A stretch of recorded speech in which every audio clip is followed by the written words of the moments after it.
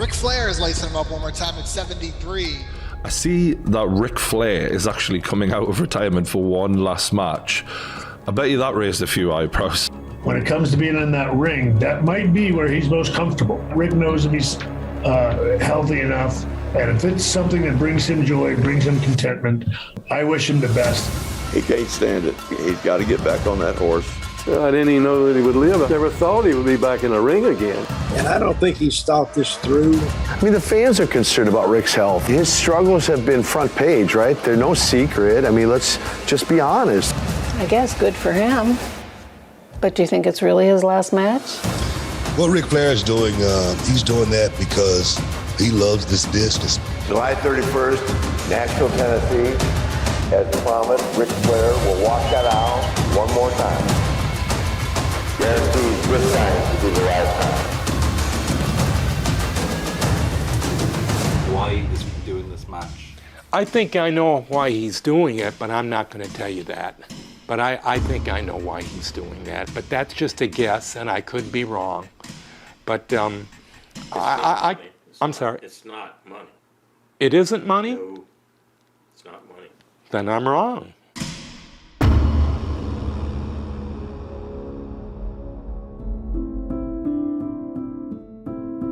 Some people say you should never meet your heroes. But I guess those people's heroes weren't Ric Flair. Hi, how are you? Nice to meet you. What's this? What's going on here, huh? What's up? Filming a documentary. They think this guy's got some talent. So growing up, watching wrestling, if I had to credit me wanting to be a wrestler to one particular person, for me, it's without a doubt the nature boy Ric Flair. I kind of made a living off of pretending to be Ric Flair. To be the man you've got.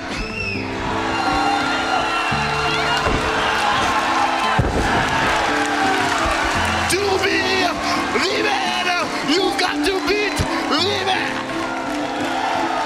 I have tried my hardest to describe what it was like and what the feeling was of getting to work with my idol 10 years ago, and it can't be done. I have tried, and as much as I try, I feel like I never quite do it justice. You know where you are right now? Oh yeah. No. I'm asking you, do you know where you are right now? Oh yeah. In the world you want to survive in and be something in, you're standing in front of God right now. I mean, I was excited, nervous. At some points, I felt like throwing up from excitement. I remember at one point when we were face to face in the ring, my hands went numb. Whoa, hold on. Rick, I gotta say, from the bottom of my heart, I'm gonna get this footage and I'm gonna frame it and I'm gonna hang this on my wall, because right now, this is the greatest moment of my life. And it was like a dream come true. And part of me was thinking, I hope my family is watching this. I hope the kids and my friends that I sat at the lunch table with in middle school and high school, I hope they were watching that. That's all I could think about, and how excited I was, and I felt like, man, I am being put on the wrestling map because of Ric Flair. And in Elizabeth, New Jersey, there is a beautiful woman watching the television screen, to coin a phrase, with a tear in her eye. Because she knows that her little boy has made it, because he's standing in the ring with the man. He's standing in the ring with the legend. He's standing in the ring with the Ric Flair. As we stand here today, I am helping that same person that I idolize get ready for what is to be his last and final hurrah in wrestling, his last match. And the fact that he has come to me, like I can't even keep my hands still. The fact that he has come to me to help him get ready. There's no words in the dictionary to explain or describe how freaking cool this is for me. Is that right? Yeah, do the Ric Little girls, look at the... Slam off the top. Yeah, brother. Today. Hey, I thought they had you pushing that. Yeah, I'm not doing that on hard mode. I did it again today. Yeah. Don't show Rick though.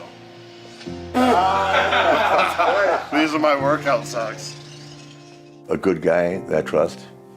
Like, you know, when you walk away from it for that long, and then be my age, I had to be really comfortable with someone that I trusted.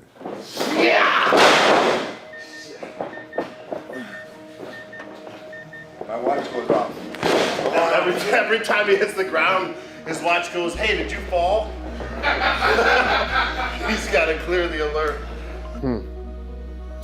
One of the toughest parts about this whole experience is in the back of your mind, or my mind anyway. I know how old Ric Flair is, and he's still going. It's an accomplishment and an honor. But also to be putting your body through this, have a little reservation about whether or not this is the safest thing to be doing, because this is, as they say, a young man's sport, and the danger is there, but we kind of all just try and tuck that away, because to get to do this, it's literally worth it.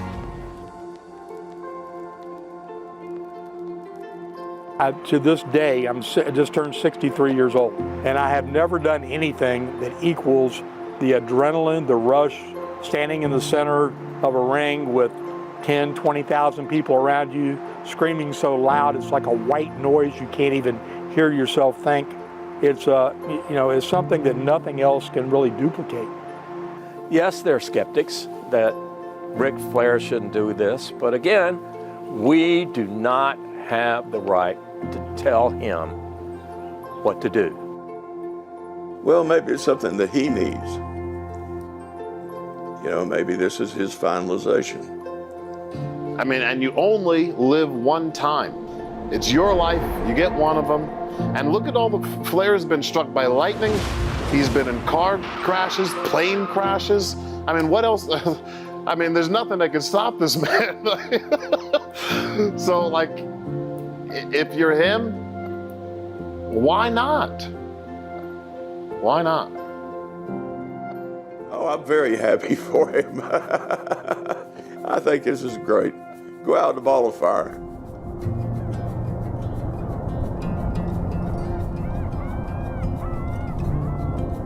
Jim Crockett Promotions did not go out the way it should have. That you and I both know that we fought it tooth and nail with everything that you've gone through, you know, personally, and you want to finally do it your way. And not for the money, because I don't need it. Yeah. For once, I don't need it. It's for fun. So many things in our lives that we're wrong. Yeah. That we and I spent so much time looking back. Yeah, you can't. I forgot to look forward. Yeah, you can't. Me too. Yeah. Especially when I was sick. Yeah. Oh, when you were sick, I was. Saw you in there all. You look like a space creature. You had all these tubes and everything coming out of you. It's a miracle. I thought I lost you. I woke up and had no memory of where I was for 6 months. I knew where I was going forward. I could remember nothing about it. Thank God for your doctor. Yeah. That he didn't give up. He didn't. Really, because when I got the call, it's shutting down everything, and David, you need to come down. Because there might not be a tomorrow. I appreciate it. Yes.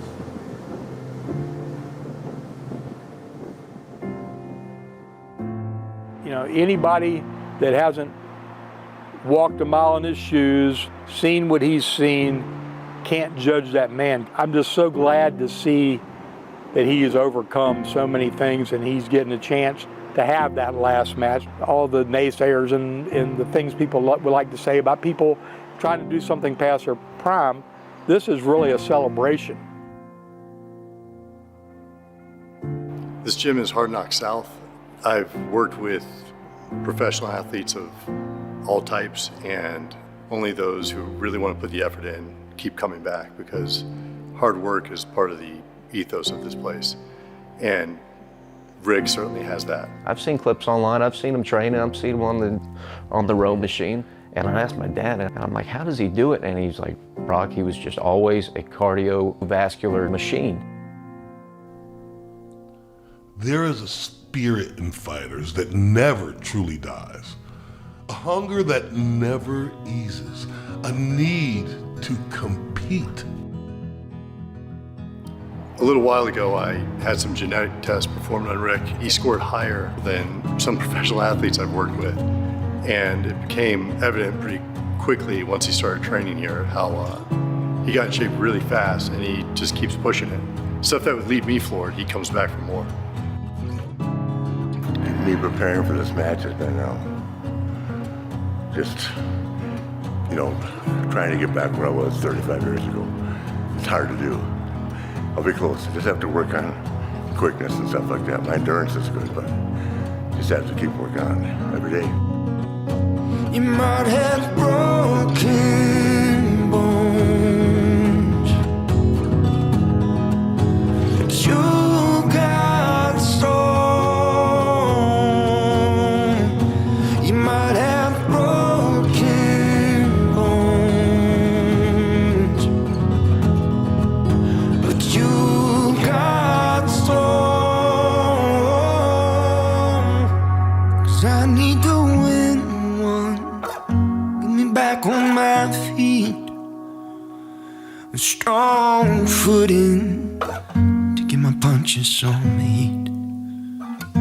Yeah, I need to win one, get me back on my feet, with strong footing to get my punches on the heat.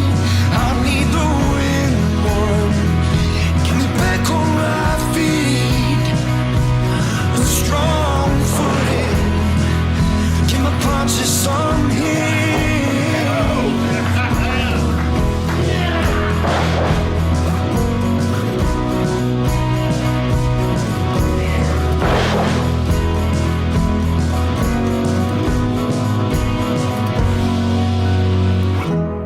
Hell, you don't get it.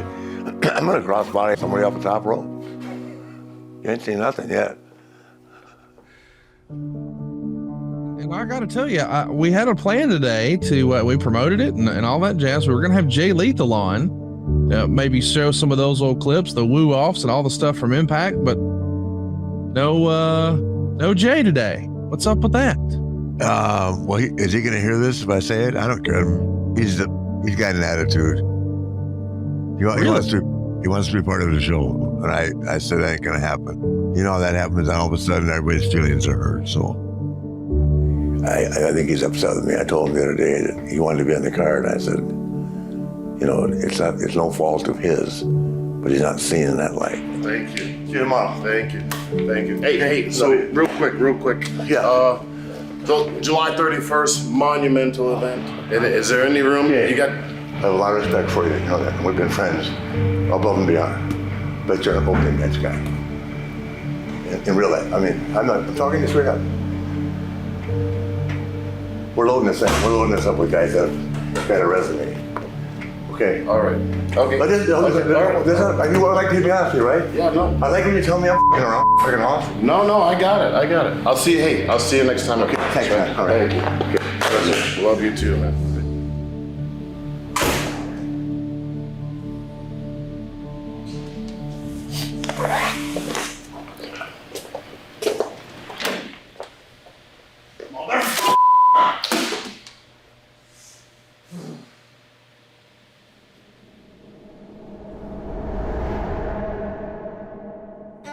Welcome to Nashville, Tennessee and the Nashville Fairgrounds. This is an exciting day for our city and for everyone who loves sports entertainment and everyone who loves the great Ric Flair.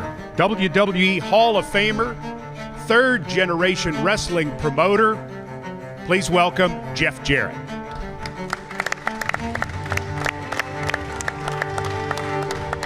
In my opinion, is Jeff Jarrett a horseman? Everybody can't be a horseman. That's a fact. Jeff was over with him. For sure, he could have never kept the pace. I said it, Jeff. And of course, the man of the hour, the 16-time world heavyweight champion. Please welcome the Nature Boy, Ric Flair. The event culminates on July the 31st with Ric Flair's last match. The event has grown so big, so many people want to be a part of it, that it's being moved to Municipal Auditorium in Nashville. Ric Flair. Mayor Cooper has dedicated July 31st to be the Ric Flair Day here in Nashville, Tennessee. Everybody out there, thank you for believing in me, and thank you for giving me the opportunity. I promise you that on the 31st, I won't be Ric Flair of 89, but I'll be better than Ric Flair of 99. How about that? Woo! No, not 99. Whoa. Yeah, 2009. Had to think it was like, well, maybe 99. Anyway, depends how much practice I can get out of lethal. He's pissed off at me right now. But anyway, I'm honored. Thank you for coming out today, and never be able to say how much this means to me personally. It seems like I've had more greater moments and more greater opportunities than any man alive. I'm here today in a lot of ways representing Conrad, but talking about StarCast. I've got another role in my life right now, but I'm truly tickled to death to be a part of the 3-day celebration. Here's 2 tickets for Jeff and his dad, front row. Oh, Mike, nothing's going to happen. Okay. I was just moving back. I get it. He was going to play a rib on him. He doesn't carry tickets around. He's going to play a rib on me. I guarantee you. I get it. No, I'm not. We're going to play. So do we want to keep going? No. We're going to end it. No. We're going to end it. All right. This is going to be looking forward to StarCast. Rick? Hey, there he is. Hey. Whoa. Great press conference. Hey, you even had the mayor's office out here, and I couldn't even get an invite? I had to fly myself out here? You're really gonna make me? Hey, what? No, shut up. On a serious note, I can't tell you how badly I feel used. You used me. All this time you used me. I just wanted a little bit, a little nugget. I couldn't even get on the show. That's disrespectful, and you know it. Could you put yourself in my shoes? Don't turn around. Don't touch me again. See, that's what I'm talking about. That's what I'm talking about. I talk down little guys like you. That's right. That's right. You know what? Yeah. About time this happens. Oh, God, that's my surgery. Hey, come on. Hey, with all due respect, Crockett, this has nothing to do with you. He's had this. No. Hey, Jeff, somebody. Come on. Hey, get the hell off me! Get your hands off me! Wait. Are you kidding me? Come on. Are you kidding me? Jay! I'll help him out! I'll help him out! You used me! Jay, stop it! All right. You know what? Hey, stop it! I got hot. That's my fault. Oh, my fault.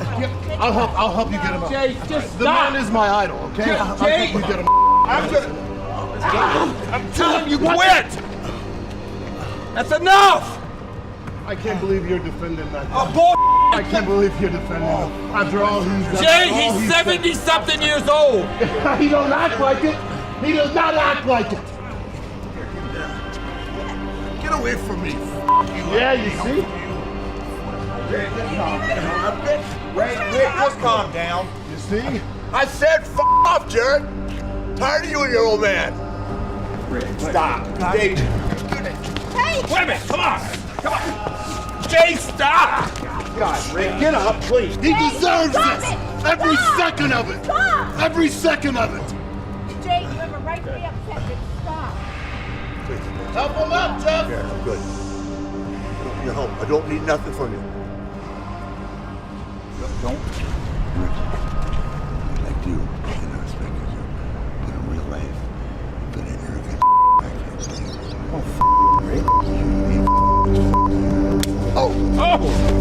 Come on! Jeff, give me your shoe! Jeff, give me your shoe! Jeff, give me your shoe! Wait a minute! Jeff!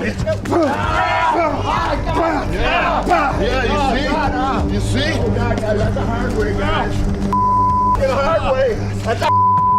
You're damn right it is. Damn right it is. It's the hard way, guys. Stop. No, seriously. It's You, my husband?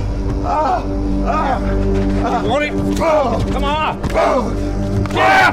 Stop. Shut up, Crockett. Stop it. My old man never liked your to begin with. Stop. Shut. Stop it. Damn it. Let me tell you something. He deserves everything he's getting. I loved you, okay? I loved you, you son of a I loved you. How's Ric Flair Day look now? How's the fairgrounds? The house that Jared built? Yeah, you want to joke around about the Four Horsemen? Does this look like a Four Horsemen right here? Yeah, this son of a thought I hung the moon. He thought I hung the moon. Don't meet your idols. When he come begging, he came begging for a job. How's he look now? How's he look now? You know, Rick, you didn't want me a part of your last match?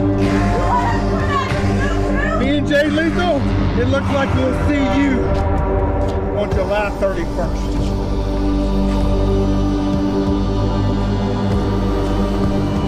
Go, Jay.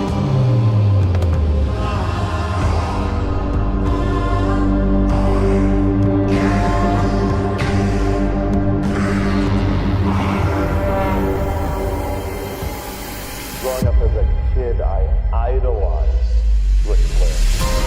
This is about as real as it gets. And Lethal and Jared will be ready.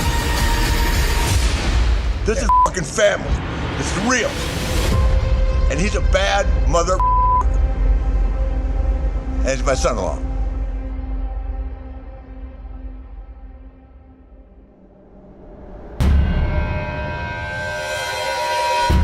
Gentlemen, please have a seat.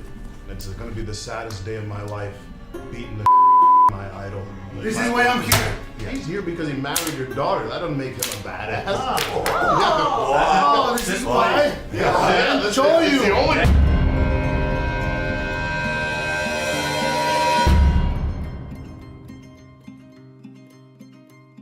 Jim Crockett Promotions presents Ric Flair's Last Match, July 31st at the Nashville Municipal Auditorium. StarCast weekend in Nashville, bringing wrestling companies together for one of the most unique cards ever assembled. Main evented by Ric Flair's Last Match. Tickets are on sale right now at RicFlairsLastMatch.com, and you can catch the show live streaming on pay-per-view and Fight TV for only $34.99. Ric Flair's Last Match. Walk in that aisle one more time for the last time.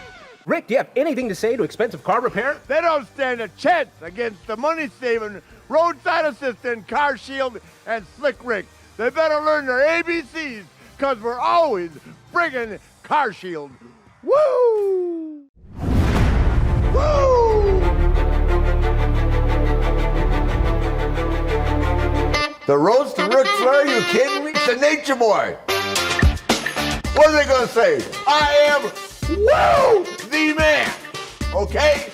You say what you want to say. Just remember, at the end of the night, when all is said and done, I get to talk about you. Woo! The roast to Ric Flair. Woo! Look at his old back. Look.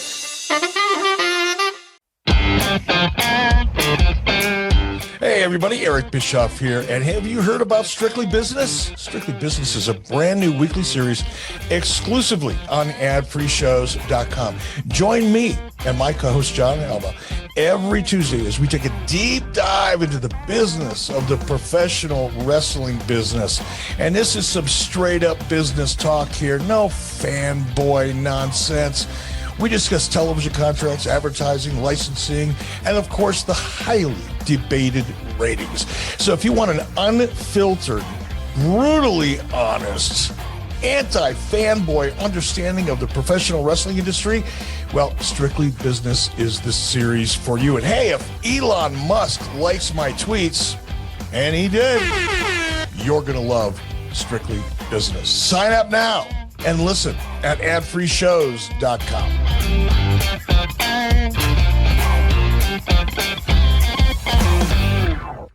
Are Are you feeling stuck making minimum payments on your credit card debt? SaveWithConrad.com can help, and you don't need perfect credit or money out of your pocket to do this. NMLS number 65084, equal housing lender. Oh, and did I mention no house payments for 2 months? Get rid of your credit card debt and lower your monthly payments right now at SaveWithConrad.com.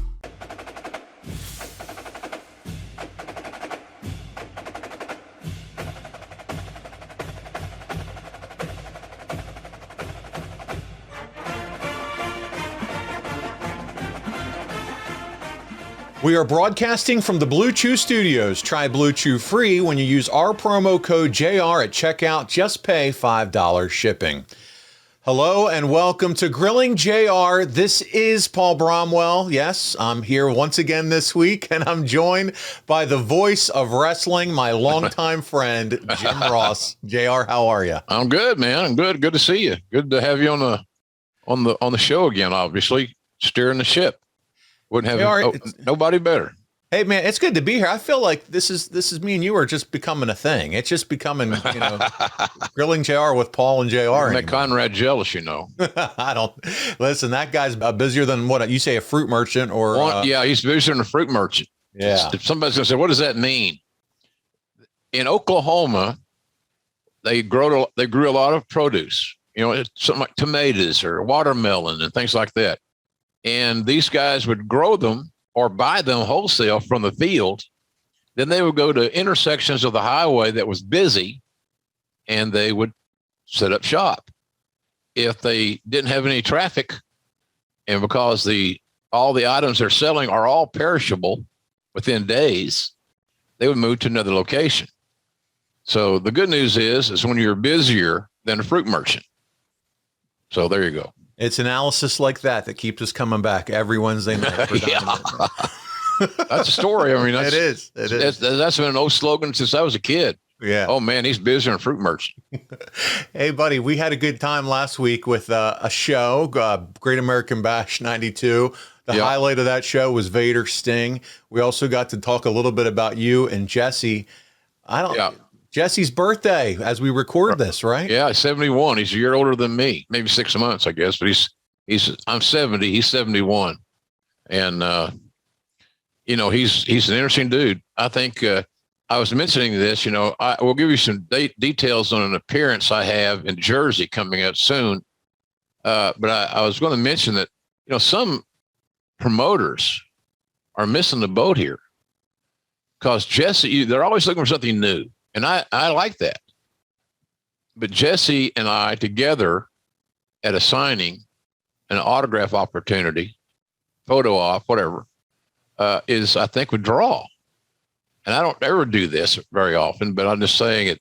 I got a lot of friends that are in the promotion business. And if you're looking for something new, it might be that. Heck, I don't know. So it's an idea anyway. That's all. Just sharing it and looking for work. No. More ways to get you on stage. And listen, it doesn't matter if he's 6 months older than you. He's still your elder, JR. So, there you go. You always have that in your back pocket. I think we'd have a lot of fun, and it would be an interesting combination that had never been offered before. Yeah. And the collectors love the new stuff. That's right. And I can understand why. Well, man, listen, we got a fun show this week. It was great to hear you again on the mic for Dynamite and Rampage again. You were talking to me a little bit before we started recording too, just how things are going there. You got some big shows that were announced for Chicago. It's going to be fun. I'll be out in Chicago. Cool. Ad-free shows for a big weekend out there too. But you're making things happen, like you said, even with kind of a depleted roster right now. Yeah, the roster's really depleted from injuries, and it's it just seems like we got a plethora of injuries almost at the same time, but in the same time frame. And Tony Khan's doing an amazing job of booking these shows with a depleted roster. If you look at the talents that are not available, it's pretty scary. But we have to persevere and still do one live show and one show live to tape every week. Yeah. So the injuries are an issue, obviously, for any promoter. And but the great thing is that we do have some depth. I like that idea that we have some depth and some guys. And the other thing is it's motivating others to step up. And I think that's important. Well, listen, it was about damn time I finally saw Britt Baker, DMD, and my buddy Rebel back on screen on Wednesday night. It was, albeit a little backstage segment. I'm telling you, JR, I felt like the rocket ship was tied to her back. Britt Baker, that is, during the pandemic, the backstage segments, the stuff that she was doing with Rebel, building the character to the Thunder Rosa stuff. And for whatever reason, I feel like she still can't find her way on my TV set week in and week out. But, man, she's so talented on the mic and in the ring, too. What's your thought on that, man? Well, I'd like to see more of her, too. And I'm sure going forward we will. She's too valuable a talent to not have her involved in things. I don't know what those things are going to be. I don't know who she's going to be married to. There's a lot of opportunities. But I'm a big fan of her work, as are you, obviously. I think you have a crush on her. Shh, don't tell Adam Cole. Don't tell Adam Cole. Yeah, baby. He's another guy that's on the injured list. God bless him. So, you know, I'm with you on that deal. I'd love to see more of her, too. I'm sure that we will. I know that Tony Khan's a big fan of her work, and she's always pitching something. Well, that's good. And I love that. She's really smart. She's a brilliant person. Oh, you can tell. And listen, I just feel like someone like that who every time she comes on the screen, she captures your attention. Yeah. Again, rocket ship was tied to her for a reason. She got herself over. Fantastic talent. Gotta find a way to get more of that on TV. And oh, by the way, Rebel too, because they are just a dynamic duo together. And there you hear Tony Khan. Paul Boutwell is Bromwell. Bromwell. I don't even know your fucking name. I know, isn't this terrible? I can't pronounce it. You're my Cesaro. You're Daniel Bryan. Yeah. All good. I'll get off my soapbox, but man, listen, you're killing it. You're still doing a good job. Looking forward to Chicago. But we're That's a big deal, man. Yeah, I know. It's going to be big. And, I just wonder sometimes. I hope that the fans turn out in droves, because we'll have the shows will be loaded, and anybody that's been cleared medically, I'm sure will get a dance. It's just a matter of you don't know when doctors are going to say, okay, you're good to go. So, but nonetheless, Chicago, those will be loaded shows. Should be a hell of a lot of fun, and it'll really test Tony Khan's creativity in putting these cards together. But he's come through every time since. I'm amazed at what he does when I get to TV and I see the formats are just like, well, he kind of did it again. This should be a good show. So, all good, man. That's all good in AEW. You get these guys healthy, and then we'll be off and running. Yep, off to the races. Wrestling is fun. So much going on. You got StarCast upcoming. Ric Flair's last match. You got SummerSlam. How's Conrad doing in that deal? He's working night and day, I know. Buddy, if I get more than 3 or 4 words out of him at this point, it's a good thing. And not to say anything a slight to that. It's just I know that he's swamped. He's just, this whole Booker thing, this is a new experience for him. He's hearing from wrestling talent all over the world. Everybody wants to be a part of this event. Sure. So I can even imagine. Well, I told him, I said, you'll learn another level of talent and their psychology and how they think, and they'll expose their insecurities on show day, because that's when everybody gets their finish. And that's when everybody, here's what we want to do. You have music, you don't have music. You have pyro, you don't have pyro. All those things. Why am I going on third? Why am I following this?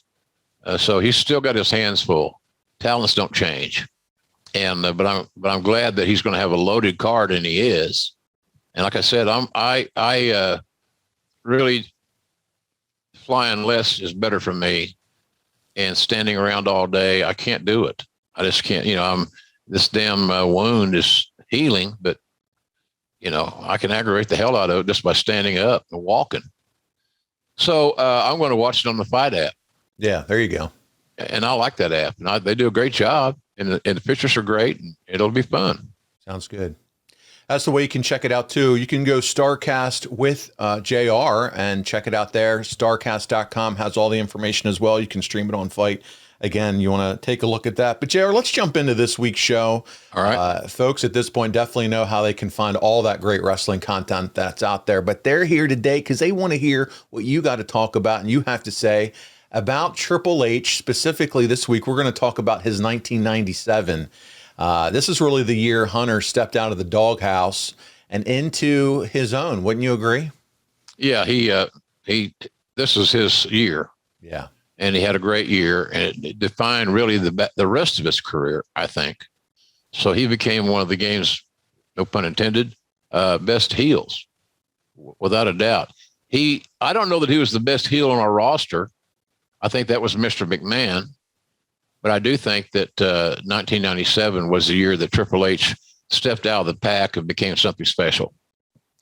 Well, let's kick off this journey at Triple H, and it all starts off the year that he's the Intercontinental Champion as we kick off the year for the WWF. And I don't know that we've ever talked about this before, JR, but what was your opinion of his full name, Hunter Hearst Helmsley? Well, I thought it was a little gimmicky, quite frankly. And I understood the name, but it didn't overwhelm me. Let me put it that way. It paled in comparison to Triple H. Yeah. Well, he's wrestling against Mark Mero mostly on the house show loop, but does a couple big victories there. He pins Bret Hart a few times. He defeats Bret and Steve Austin in a triple threat match by pinning Austin. Is it known by early 97, Jim, that the company is going to revert back to the big push for Triple H, such as winning King of the Ring that year? We all know what happened in 96, the whole curtain call deal at Madison Square Garden. We've talked about that. You and Conrad have talked about it ad nauseum. Yeah, we Do you have. think when 97 started, the push was, hey, all right, it's over. He's been punished. Let's move Triple H forward. Yeah, I think that was a general consensus and probably overdue, to be honest with you. Probably a little bit overdue. That curtain call thing was, it was, I don't want to say much to do about nothing because that would not be accurate, but it was oversold, I think. I think it wasn't as big a deal as some people made it out to be. And, of course, the guys that some guys are leaving, so they didn't get affected by it. But, Triple H had to pay a little pinch, it seemed like. Was it justified? That's a very subjective question. Yeah. But he maintained his sanity, and he maintained his focus, and he kept working. So, what the hell? How do you, it's really simple to me. The angst that the wrestling fans have for Triple H. It's paid money. He made good money because of that angst, by the way. But I think his marriage and who he married became a huge issue as far as, do I like this guy or do I not like this guy? So he marries the boss's daughter. So I don't know. I don't think I like him, and because of who he married. So now you got the keys to the castle. Well, you still got to go out there and wrestle. You still go out there and hang with these dudes like Stone Cold and all this. And if guys like Bret Hart didn't have faith in Triple H, he wouldn't have been willing to put him over. That to me was a great sign. Triple H and Bret had some matches. I booked them. And I thought that, and Bret was just great. They're trying to help new talent get over. But you know what else, too? It's another life lesson, though, here, Triple H, Jim. If you think about it, he was a guy that had to pay his dues, had to pay his penance, if you will, or something. And he took the fall, right, wrong, or indifferently, whether he thought it was fair or not. He took it, didn't get King of the Ring, but he didn't take his ball and go home either. No. He came out and was the stronger for it on the other side and was rewarded because of the way that he handled himself. Yeah. Oh, yeah. Absolutely. He was a class act. It's a lesson to today's generation is what I'm trying to say. Yeah, I agree. And he's a class act. He's always been that way. He's that way today. He's a valuable asset for WWE. And I don't know what his role is. I don't keep up with that stuff there and their inner office maneuvers, quite frankly. Don't have time or the interest to do it. But he's a valuable asset there now. And now that he's back working and doing things, he will become an even more asset. Yeah. And nobody expects you to, Jim. You're a fruit merchant in your own way yourself. You got a lot going on in your plate. So listen, let's kick it off here. Royal Rumble 97, Triple H defeats Goldust to maintain and keep and hold on to his Intercontinental Championship. But when he appears, this time he's got Curtis Hughes in the corner. They were only together for a few weeks here, JR. But this pairing just wouldn't last long. Curtis, as you and I have also talked about, this is around the time where he's dealing with a lot of health issues. Yeah. Well, it's something we wanted to try. Did Triple H need a heater? A lot of top stars have had heaters over the years, which dates before Shawn and Diesel. Keep going back, you'll find somebody's got their heater. And that was done to help some heels continue to grow. I didn't dislike the idea of giving Triple H a heater, but we had those issues with Curtis that we had to deal with that we weren't planning for. And so that was why it was short-lived, and Curtis is healthy now. Thank God. He's a hell of a good guy. He played for those Kansas State Wildcats. I used to call him the Wildcats. Mm-hmm. I don't know if he laughed or thought it was funny or not, but he didn't kill me. And so, but he's doing good. He's got a school in Atlanta, so he's training a lot of guys, and has got guys that he's trained that are on television and things of that nature. So Curtis came out on the other side well. He's using what he learned to earn a living, and I'm happy for that. But it was a solid idea. It's just that we weren't aware that Curtis had some health issues that would preclude him from fulfilling his obligations here. Now that's good. So we move on. It's February. It's the last live on location Shotgun Saturday Night. Again, this is another angle or moment that you and I have talked about already this year. It's from Penn Station. It's February 8th. Triple H defeats The Undertaker in that memorable match. It's by DQ. Taker tombstones him at the top of the escalator. Jim, Vince, and Sonny were on the call for that one. It's a very memorable visual. When you got someone like Hunter, though, he's now working with Brett. He's now working with Taker. There is definitely confidence that he's a top guy and ready to move up to the top of the roster. No, absolutely. We wouldn't book him with our top guys. He couldn't carry his share of the water, and he can carry his share of the water.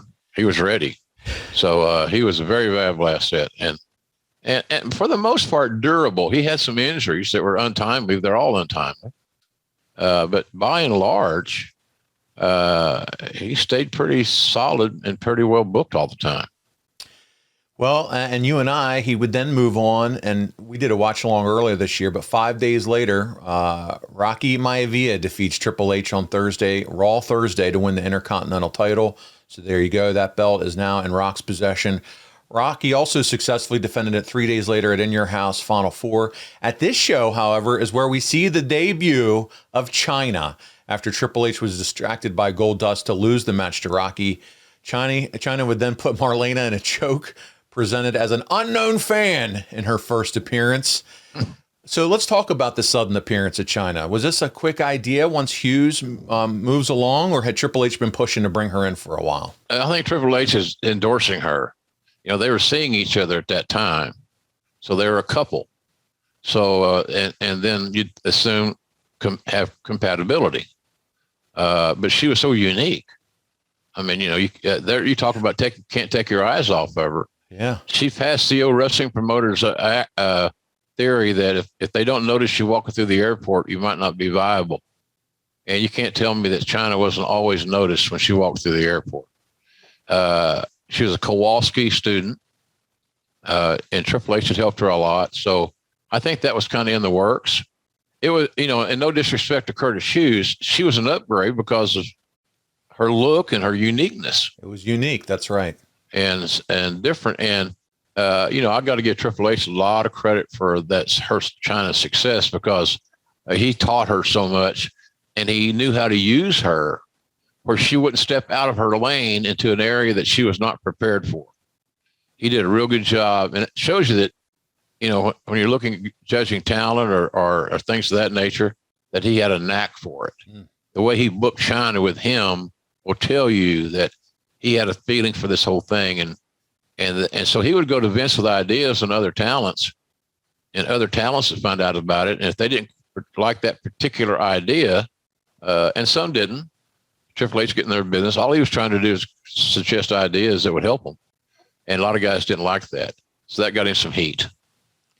It did, but when Vince's mind, you got to say, hey, this guy has a knack for this, for talent identification. I think he did. Yeah. That's good. So we move into the WrestleMania season. You got Triple H and Chyna versus Goldust and Marlena. They would continue that feud into WrestleMania 13. We did cover that in March. And the Triple H Chyna pairing is proving to be, as you said, JR, it's just a perfect pairing for television. Yeah, it's a Hall of Fame pairing. Yeah. You know, it really is. If you're going to go that way on the Hall of Fame and induct groups or factions or what have you, I see no reason that Triple H and Chyna should not be in the Hall of Fame together. As a duo. Yeah. And I don't know if that'll ever happen. You know, I can also see holding that back and just putting Triple H in as a single. But is Chyna in the Hall of Fame? She went in with DX as a group. Yeah. So there's still a case could be made that Chyna deserves to go in as a single. Yeah. I would endorse that. Yeah, I'm with you. Now this is an interesting question. Without her, though, do you think Hunter moves up the card like he does? Well, I do. I think it might have taken him a few more weeks or a few more months, but I do think that Triple H is still going to be successful with or without Chyna. She helped him get noticed. They were a unique attraction. They were featured on a lot of television, and so I think that Triple H still would have been successful, no doubt. But she helped the process along because of her uniqueness and her look and all those things. He would have got there, but man, she was the accelerant. You know what I mean? Yeah. To help him get there. And listen, he was an Intercontinental champ previously, and that was all good. He was doing the whole posh blue blood character. But I don't know if he would have stuck with that gimmick, JR, that he would have gone up the card much, further than that, to be honest. What do you think? I don't think the blue blood thing is going to get him to the top for long. The route that we took, that was largely his suggestion, changing names, changing looks, and things of that nature, was Triple H's idea, and because he could feel it, he knew what he thought he could do and accomplish, and he was right. So I got nothing but good things to say about Triple H's 1997. Well, guys, listen, I want to pause right here and just share with you something that will help get you to the top. And it might not be a gimmick, but it is something that's going to help. And that's a good night's rest. And you can get that if you subscribe and work and purchase with Chili Sleep. They can fix it for you. They make customizable climate-controlled sleep solutions that are going to help improve your entire well-being. They make the Uller and Cube sleep systems that are hydropower, temperature-controlled mattress toppers. Go right over top of that mattress, and they provide ideal sleep temperature. You're in control. You can select what temperature you want your bed to be that night. These mattress pads keep your bed at the perfect temperature for deep sleep, JR. Whether you sleep hot or cold, they're going to help you fall asleep, stay asleep, and give you the confidence and energy to power through your day. Well, it's good stuff, man. Just all you got to do, folks, head over to chilisleep.com/JR to learn more. And here's a pretty cool thing. Save 30% off the purchase of any new Cube or Uller sleep system. This offer is available exclusively for Grilling and JR listeners. How cool is that? And only for a limited time. That's Chili, CHILLI, sleep.com/JR to take advantage of our exclusive discount and wake up refreshed every day. And you're going to love saving 30% off this amazing product. There you go. As JR said, check it out. CHILI sleep.com/JR and tell them the Voice of Wrestling sent you. So JR, in the first qualifying round on Raw for the 1997 King of the Ring, Ahmed Johnson had actually defeated Triple H via DQ, and thus seemingly Triple H is out of the tournament, but not so fast. The next week, Triple H is put back in the tournament, replacing a legitimately injured Vader, and then he defeats Crush. So here's the storyline. It would allow Triple H another spot in the tournament because he was not properly instructed prior to his match with Ahmed Johnson the previous week that he could be eliminated via DQ and thus threatened the WWF with legal action. That's an interesting angle and storyline to get him back in there, don't you think, JR? You don't like it, do you? I'm not a big fan, no. Yeah, I can tell. You look like you're spitting out shit. Like Vince McMahon said, you got to learn to accept and learn to covet the taste of shit. Yeah. I don't know how great an idea it was. The idea was to get him back in. And we needed him in the tournament. Yeah.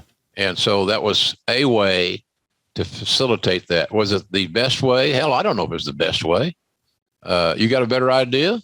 You should be booking. Yeah, right. Exactly. I just don't understand why you have him lose by DQ in the tournament in the first place. But again, I'm not heading. Well, we're pushing Ahmed. Ahmed was the next it guy.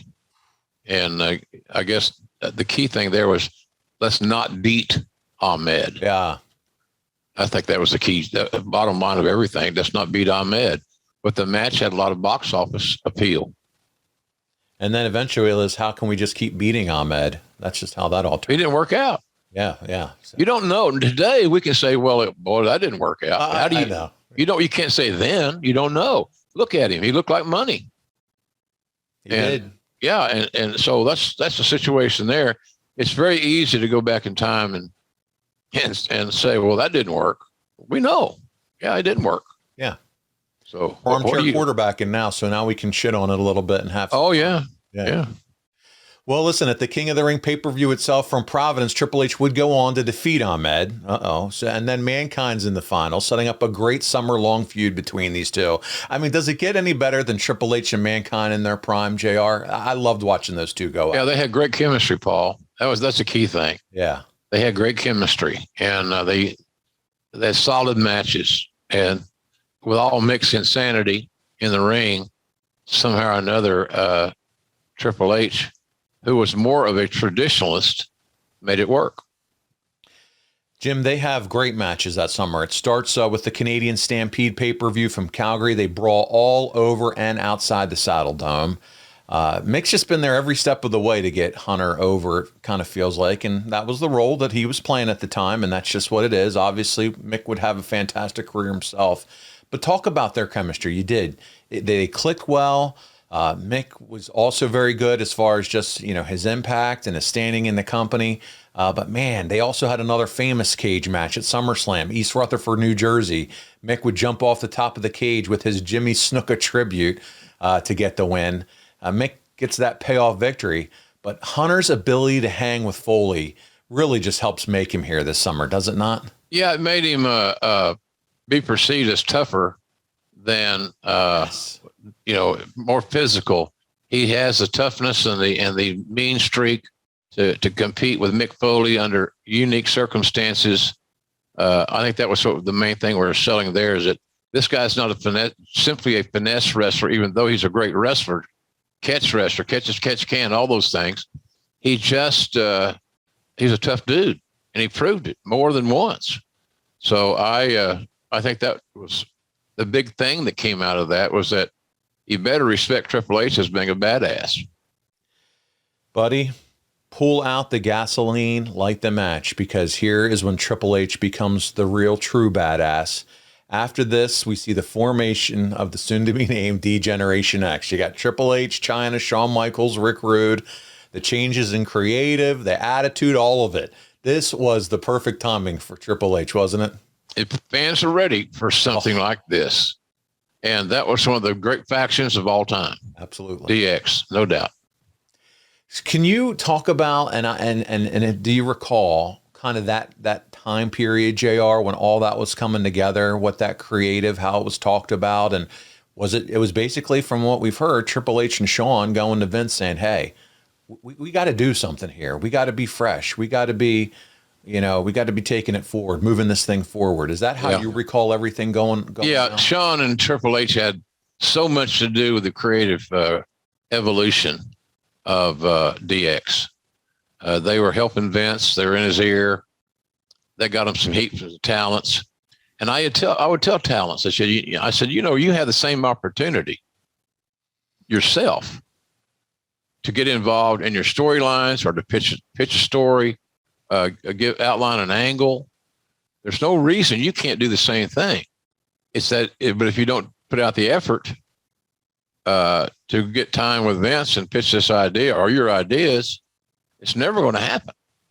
So I that always aggravated me. The talents were pissed off at Hunter and Sean for being close with Vince, and consequently believing that their relationship is the only thing that got their stories told.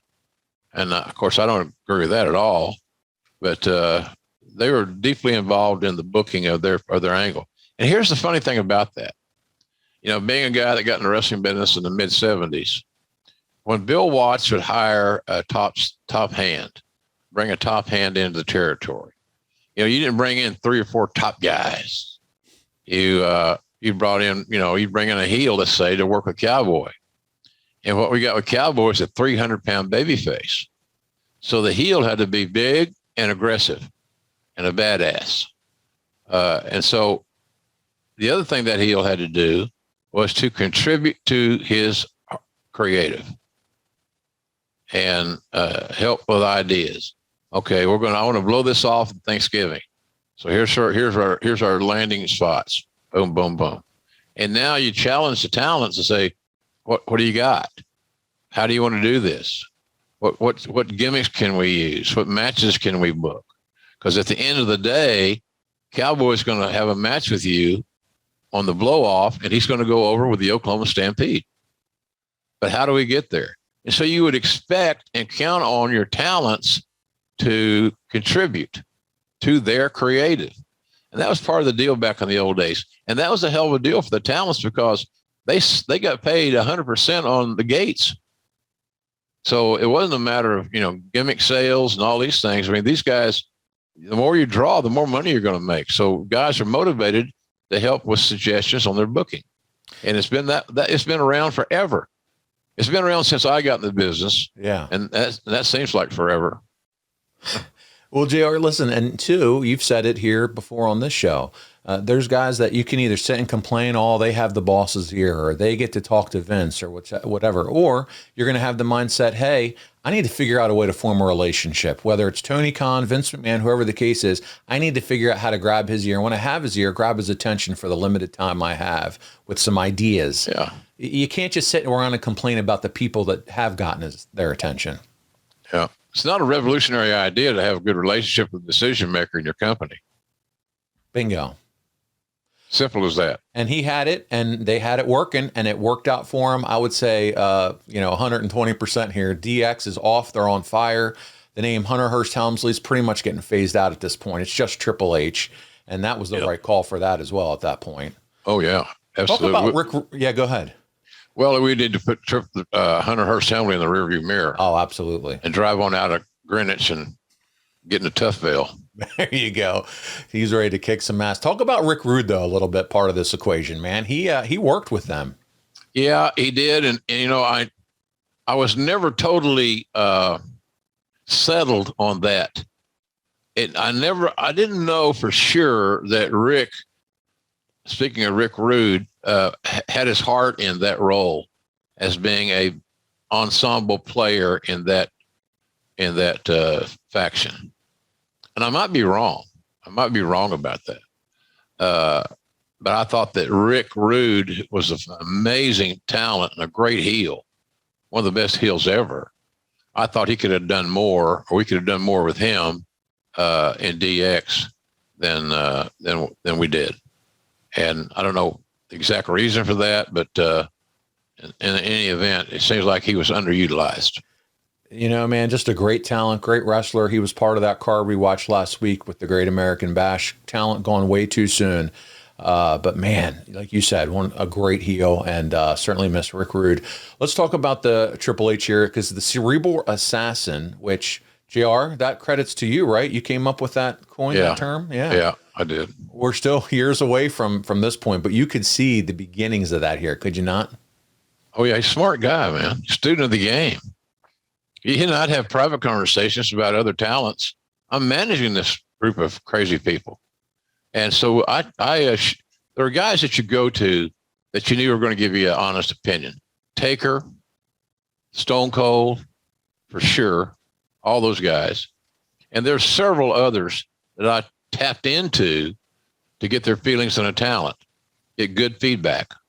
And so Triple H is one of those guys. I want to dig a little deeper into what you just said. You said that, hey, you know, I talked to him about talent and things like that. Mm-hmm. Were they also times, JR, that you worked with them and like that you just felt, hey, you're a real pain in the ass? Yeah. Yeah. Yeah, I told him that. He knew. Sometimes he realized it and he'd just laugh it off, which is fine with me. But sometimes they were challenging. And most of the time that was because of Shawn. So sometimes my conversations with Triple H would be, hey, can you talk to Shawn or I need to? Can you help me here with this? He's with this little minor dilemma. And more often than not, he'd say, absolutely, let me handle it. And that was better for me because, look, as long as the task at hand was completed, I didn't care who helped accomplish it. I didn't care who closed the deal. Yeah. As long as our deal, my deal, in some areas got closed. It's taken care of. I got you. And honestly, this is good experience for Triple H and, you know, talent relations, how to help two people communicate and work together. And he's doing all this as a wrestler. That's right. So exactly. Was he already getting involved in production meetings and sharing his advice at this point? It seems like he was. I don't remember exactly when that started happening, but it happened. And he would be involved in the meetings and contribute. Had you ever seen that with another wrestler before, an active wrestler kind of get so involved like Triple H was at this point? Maybe not to his degree, maybe not to his depth. Yeah, but absolutely. I think there's other wrestlers that have gone to production meetings on, you know, getting invited by Vince. Oh, you got these ideas. Why don't you come by and hear, you know, sit in on the meeting. So he wasn't the first guy to do it, but he was probably the most prominent, and it probably him being there and learning and contributing probably helped him more than just about anybody else I can think of. And he's probably there too, just soaking in knowledge. You said student of the game. So for him, it's just about as much getting experience as well too. And you never hear that agents had issues dealing with him. I mean, if you remove the whole curtain call thing, it sounds like he was pretty much a model employee. Was that the case? Yeah, pretty much. Pretty much. He wasn't as high maintenance as people perceive. And they only perceive that because of who he married. That's a shitty reason. That's a weak reason. Yeah. And it's not a good reason to either like or dislike a guy based on who he falls in love with. That's not our place. Come on. That's a wrong area to travel in for a fan or myself or you or anybody else. We can't be judgmental if somebody falls in love with and wants to marry and have a family, for God's sakes. Are you kidding? It's pro wrestling, for goodness sakes. Are we stupid? I mean, really? Some people are, JR. Think about it. Think about it. It just doesn't make any sense to use that premise as a reason for liking or disliking somebody. That's my take on it. And I'm very adamant about it. And I fought that battle on a lot more than one occasion back in the day. And I would tell guys, you embarrass yourself. How fucking stupid can you be? What if we haven't examined your marriage? We haven't gone back and looked at your nuptials. Yeah. Yeah. So what are we thinking here? You're making yourself look dumb. Stop it. As Enzo Amore says, JR, this world is full of a couple of haters. Okay. We got haters everywhere, unfortunately, and they're ready to pick people apart just for anything. And when you see, married the boss's daughter. Oh, well, then it just starts. It just starts, and it's all fucked up. I'm with you. I want to talk something a little bit here that makes a lot of sense for our listeners, and that's Car Shield. They make it easy. I love this company. Oh, man, they're fantastic. They make it easy, Jim, and affordable to protect your car from expensive repairs. I know because they've been there for me, and that's just for starters. They're the #1 auto protection company in the U.S., and they have plans that cover more parts than ever before. Whether your car has 5,000 miles or 150,000 miles, they have plans, protection plans for around $100 a month. You can't beat it. They have a team of administrators that are there to help you out. Whether your car needs to be fixed, they need a repair. They're going to take care of the paperwork for you. And they are also there for roadside assistance. Car Shield is where it's at. And I'm telling you, JR, you and I both have talked about this company before. We are big fans because they really help take care of you when it comes to repairing your car. Nothing scarier than your red light coming on or something else, and you start wondering, oh, how much damage is this going to cost me? This will help you, and it's affordable because inevitably your car's going to break down. It might. No, it will. It will. And so, are you going to cover your ass or not? Car Shield helps protect my wallet from expensive car repairs, and they'll do the same thing for you. Go to carshield.com/podcast to start your plan and lock in your pricing forever. That's a long time. That's carshield.com/podcast. A deductible may apply. Well, JR, Shawn seems to get more of a future role as the wrestler of the group, as Triple H, and this is something, doesn't wrestle on the next 3 pay-per-views. And I got to ask, is this when Triple H is kind of involved more in the booking meetings at TVs, et cetera, as has been reported over the years, and just kind of getting more involved in that way? Well, he always stayed busy, and he always was, productive. I don't know the reason or the timing. It's a long time ago. Yeah. But he was still involved in some creative. Yeah. And then he had talents coming to him, wanting him to help them in the production meetings. And here's this idea. What do you think of this? So he started broadening his horizons and did a great job in that respect. Man, that's got to feel great for Triple H when you start having peers come to you. Yeah. For suggestions. Well, he had good ideas. Yeah. And he was a good listener. Yeah. Well, listen, I want to talk a little bit more about DX here and the comedy stuff and all that went on there. Was a lot of it scripted, JR, or is this just Shawn and Triple H going out there and doing whatever they want and goofing around on TV and just getting away with it? Well, I think there were outlines. You got to have a time. You got to have timing, and you got to know when you're going on and all that good stuff. How you get into the segment, how you get out of the segment. So there was some pre-planning, obviously, but they ad-libbed a tremendous amount. They'd feel the audience, roll with what they were selling. Like a great comedian, they were telling jokes that people were laughing at, and they were very entertaining. And they were swimming upstream because they were allegedly hated heels, but they entertained the audience. I always found that to be tough to accomplish. Why should I dislike you if you make me laugh, if you entertain me? Is it more challenging? And I may be too old school. That may be too old school, by the way. But those segments are great. Hey, were they edgy? Or they could you say that they were distasteful? Yeah, you could. But it was TV 14, different audience, different branding, and it seemed to work for us. Yeah, man. You had Shawn Michaels bouncing up and down with his pants off. You had Hunter and Shawn with their dick jokes, which, hey, we crack a few of those when we do Blue Chew ads. But at the time, were you comfortable with this stuff? I don't know if I was comfortable, but it didn't matter how I felt. Yeah. It was supposed to make us uncomfortable. It was a TV 14 show with a very controversial act called DX. I loved it. And that's the kind of humor they did. That's right. It was for the right demographic at the time. I'm telling you, that shit worked. By the way, big announcement all over social media as we record this. Raw is going to TV 14 again. I don't know if you saw that, Jay. I didn't see that. Yeah, they're moving it to readjusting the rating from PG back to TV 14. Well, maybe that'll help. So the more people that watch Raw or SmackDown, believe it or not, helps AEW. Generating interest in pro wrestling on any platform.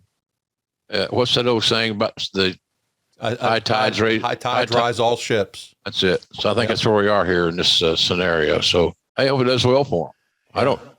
I don't have any dislike for anybody at WWE or their company. I was there 26 years. I had success there. Hall of Famer. Yeah, and I still respect all that and my time there. I'm happier now, quite frankly, without sounding like an ass kisser. But yeah, because I like working with Tony Khan. Yeah, I like that scenario. You know, Tony is on the verge of becoming overloaded because he's a one-man band. He's tremendous on how he manages all the projects, and they're not Mickey Mouse projects. I mean, you're talking about a major soccer club in England. You're talking about an NFL franchise in Jacksonville. And, and so he doesn't really have a life. His life is the products that he manages. Work. And that's his work. Yeah. And in that respect, he's a McMahon-like. Yeah. Because Vince has no life other than the wrestling business. Well, listen, one of the big moments in Hunter's career is Cactus Jack appearing at Madison Square Garden for the street fight on Raw and Cactus getting the win. But Hunter comes out of that looking strong again by going toe-to-toe with Cactus on that show. Does he not, JR? Yeah. He got over. Yep. We hear it all the time. Are you going over or are you getting over? Well, he wasn't going over, but he got over. And that was the end game. Get everybody over. And those guys had great chemistry. Mick was very giving, very unselfish, and made sure that he took care of Hunter. I try to do the same thing on commentary. I get a lot of feedback from fans about, man, you can tell you really hated Triple H because of how I try to make him a heel. Hello. You're doing your job. Hello.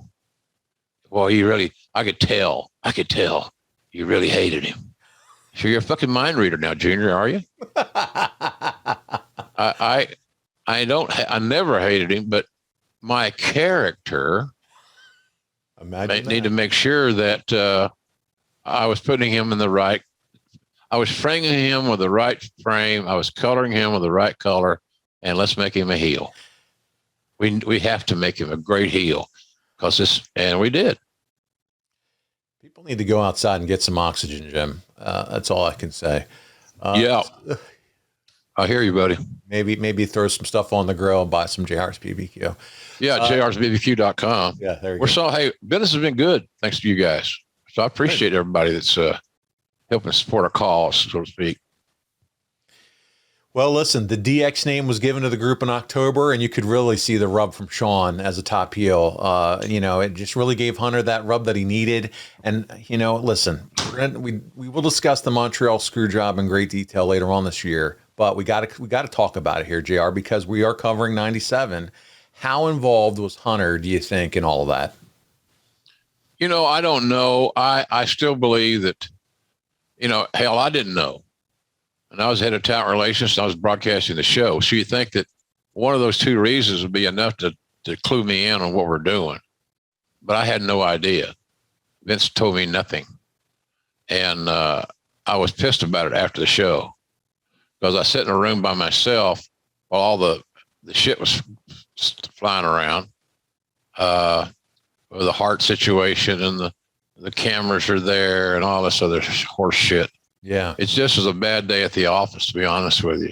But I didn't know it was coming down. But I felt I should have known. And the reason Vince gave me for not telling me was that he said, I want the talent roster to trust you. And they're not going to trust you if you think you were in on this deal. If they think you're in on this deal, they're not going to trust you. And I can't have that. They have to trust you in your role. Well, listen, I want to call out a specific moment in time that happened. There's a memorable clip in the Wrestling with Shadows documentary. You have Brett's wife, Julie. She's seen berating Triple H, basically saying he'll get what's coming to him. She keeps saying what goes around comes around, and he was in on everything that was happening, which he does deny to her, JR.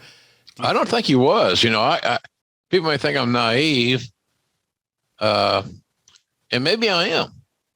But I think Vince kept that as close to the vest as he possibly could. But I'm sure that Hunter knew what was going down. He had to know certain things to be in the spot and to be out there to get Sean out of the ring. So, but I don't know how much he was involved in the planning and all that stuff. Then that gets you into well, should it have happened in the first place? Yeah, all speculation. All that bullshit. And so the only people that know are Triple H himself, Sean, Vince, they all truly know who knew what and everything. Patterson knew, Briscoe knew, but not many. I mean, outside for a pro wrestling thing to be kept quiet, something that's significant. Best kept secret ever. Yeah. I don't think there's a better one. Yeah, I agree. Unbelievable. Hey, let me ask you this. Did you ever discuss or talk with Hunter when Rick Rude decided to leave for WCW after the whole screw job went down? No, I don't think we did. I think we all kind of said the same thing. We could have got more out of him if we had positioned it as such. We didn't, and we didn't. So, but not really. I think I don't know if it was expected, but it wasn't shocking that he left because he was kind of floating in in this 4-man group. He's kind of the fourth guy, and even behind Chyna. So I don't know that we ever discussed it, but it didn't come as a huge shock because that was what WCW was doing. They're going to take guys back. So no, I don't think we ever chatted about it all. Did you ever have any conversations with Triple H post this whole shit show? Do you think he regret? I mean, where he says, "Hey, I regret this thing. I didn't want to be a part of anything that you can recall any conversation with you and Triple H after this whole deal." Not much. We kind of let's just move on, and we were tired of talking about it too. Quite frankly, I don't recall any, sit down or anything along those lines. We may have had a casual conversation about it, but nothing more than that, quite frankly. Well, let's move on from that. Triple H would defeat Commissioner Sergeant Slaughter. That's right, in a boot camp match at the In Your House Degeneration X pay-per-view, from Springfield, Massachusetts. Was the goal to have Hunter get a win over an babyface veteran to really make him look like a complete asshole? Was that the goal at this point? Well, it was a quality win for Hunter. Yeah. You got Sarge, the Hall of Famer, and he was certainly major league in that area in Springfield in the Northeast. Not that he wasn't in other places, but he was certainly big there. And they had known each other forever. Triple H knew, as the cerebral assassin that he is, what he should do or try to do with Sarge and what not to. So, but to get him a solid win, and that way we could point out the fact that he's a no-good bastard. It was 18 minutes, Jim, that match. 18 was that bad? Long. Well, they feedback. What did Dave say? Yeah, feedback from the Observer was that it came across a bit flat and that it was way too long at 18 minutes. But hey, it is what it is. It could have been shorter. But remember, it could have been shorter. It could have been shorter, but it wasn't. They told a nice story. The fact about the too long a time that people didn't want to see Sarge in the ring for 18 minutes at that stage of his career. And I say to hell with you guys. He said that was one of Sarge's last pay-per-view outings of any significance. I think he deserved it. My favorite Degeneration X Sergeant Slaughter memory is when Triple H and Shawn Michaels had the visors on with the little cleaning the spit that he was spitting against. Yeah, that was funny. That's creative. Yeah, it's good and stuff. It was funny. Yeah. Well, Jim, before we get into more of this is a good time to remind guys all over, before you go trying to make babies again, can you please clean up your nasty, hairy ball sacks? You never know. You may get more visits from your partner down there if you would just clean it up. No one wants to go down south and find themselves tangled in Charlotte's Web. And, buddy, we're here to tell you how you can do that. And it's with help from our sponsor, Manscaped. They are the best in men's below-the-waist grooming. Their products are precision-engineered tools for the family jewels. And, man, they have that performance package, the ultimate men's hygiene bundle. It's available to you now. I got mine. Tell us about it, JR. Oh, I got mine. Well, what a cool package. And it's got everything in one package. And it's all organized. It's really cool. And I love the fact that it says something along the lines of, your balls will love you. But it's a cool deal. I mean, you can't miss with it. It's a great thing to to order and to have, and clean your shit up down there, man. It does, man. You don't want your balls to look. You know how those coconuts in a grocery store look? They got those long, singular tentacles. Yes, I do. You don't want your nuts to look like that, for God's sakes. Yeah. And don't go macho man yourself. I would say that I wonder if John Wayne would have used Manscaped. I bet he would. So you don't want those long coconut hairs hanging around. And of course, your manhood looks a little bit larger when there's not such a force around it. Yeah, we all love that. Forced. That's right. So I'm a big fan of what this company's done. Think about what they're doing, and think about nobody did it before. And man, they've grown, and they've got great products. And I don't know. I'm a big fan of what they do. They clean you up. Yeah, clean you up, help you look good, help you smell good too. The waterproof. You don't have to worry about ingrown hairs and nicks. So take the extra special care of the left and the right one right now. Don't be bashful. Clean up the rest of the groin while you're at it. And it's okay to tell your partner that they can thank good old JR himself for helping you feel like a newborn baby all over again. There you go. Like a fresh Georgia peach. That's it. Order now. Get 20% off and free shipping with the code Jim Ross. All one word. That's JIMROSS at manscaped.com. That's 20% off with free shipping. Free shipping. Manscaped.com and use code Jim Ross. Unlock your confidence and always use the right tools for the job with Manscaped. It's a great product, folks. We kid about it because of the nature of that beast. But seriously, it's you can clean your shit up and look better, feel better, have a little bit of integrity down there. And that's a good thing. And remember, it's free shipping, 20% off. My God, it's a good deal. You can't beat it. So try it. And I'm promising you that your significant other will notice and be happy. That's right. So clean up all your beast incarnates right now with manscaped.com. JR in a silly segment on the Christmas 1997 Raw from Lowell, Massachusetts. Oh, God, this is great. Slaughter had forced Michaels to defend the European title for Triple H. It's basically a precursor to the finger poke of doom in WCW a year later, as Shawn essentially lays down so Triple H can pin him for the title. Why did they treat the European title as a joke so early on? I don't know. I think they realized they didn't need another title. Yeah. So let's make a joke out of this one.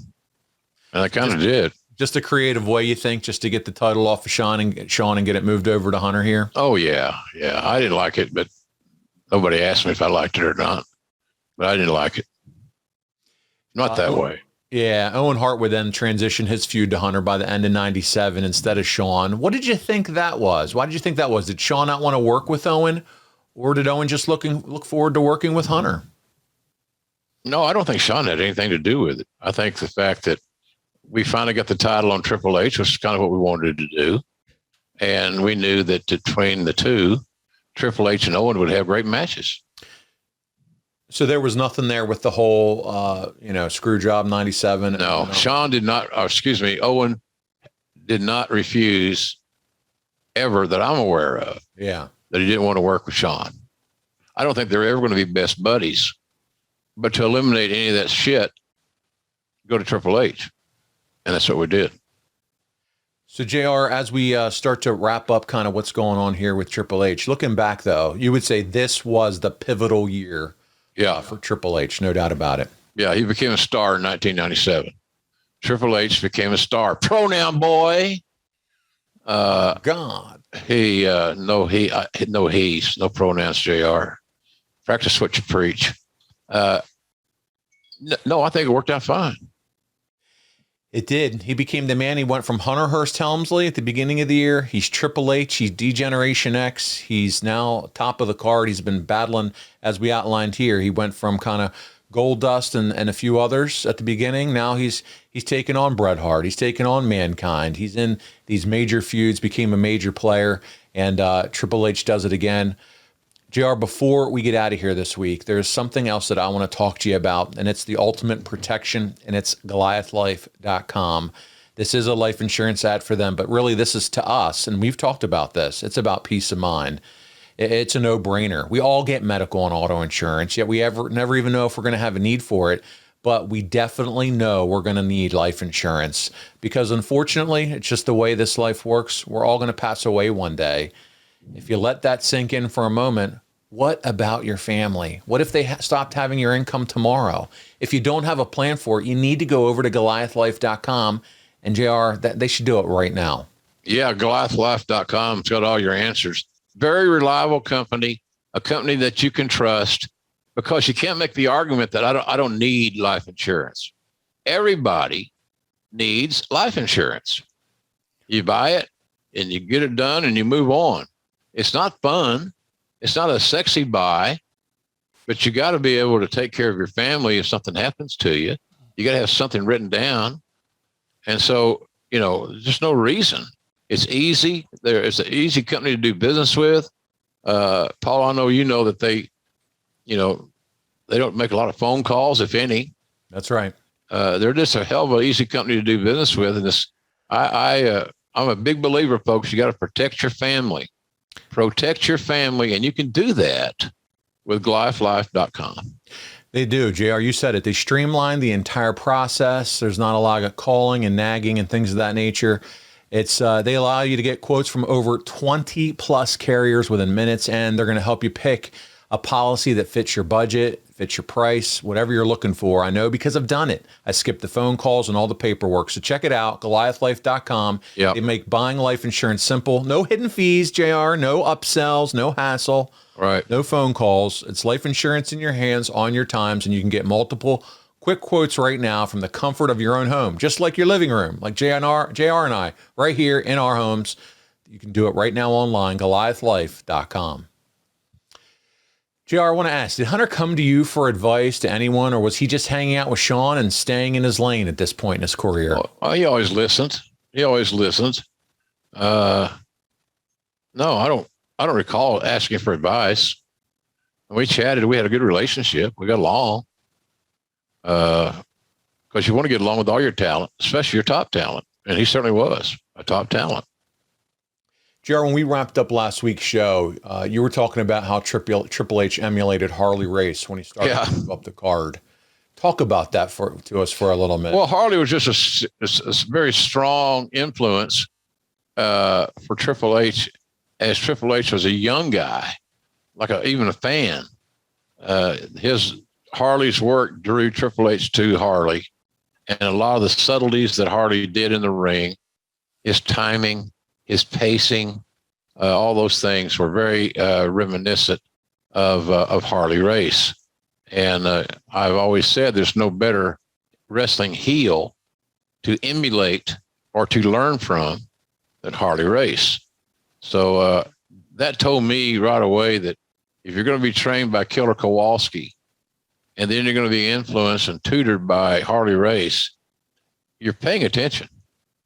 And you got a definitive goal, and you know that these two men can help you achieve those goals. So, but Harley was a big part of the success of Triple H, without question. Well, JR, we got several fan questions in this week, so I want to go through those with you before we wrap up. Our first one comes to us from Andy Goldsmith. He said, I hope Jim will answer this, and I appreciate it if he does. But reportedly, Shawn Michaels was insufferable during this time. How much heat did Hunter get for being his friend and hanging out with him? Well, he probably got more than he deserves. More than he deserved. I mean, hell, he wasn't. It wasn't like, Hunter was the designated babysitter for Shawn Michaels. Shawn's a goddamn adult. So I'm not going to blame Hunter for any of Shawn's misdeeds. And yes, Shawn was a handful. There's no doubt about it. He wasn't happy as a person. He had a lot of issues that he was battling. And, he was one of the more insecure guys that we had on the roster. And, he wasn't the only insecure guy on the roster. He was just one of many. And it's like it is today. Most wrestling rosters are dotted with guys that are insecure and wondering what's next. Probably because they're overdrawn, or their visa bill's too high, or they can't make their payment on their Rolex, or some of that shit. But, I'm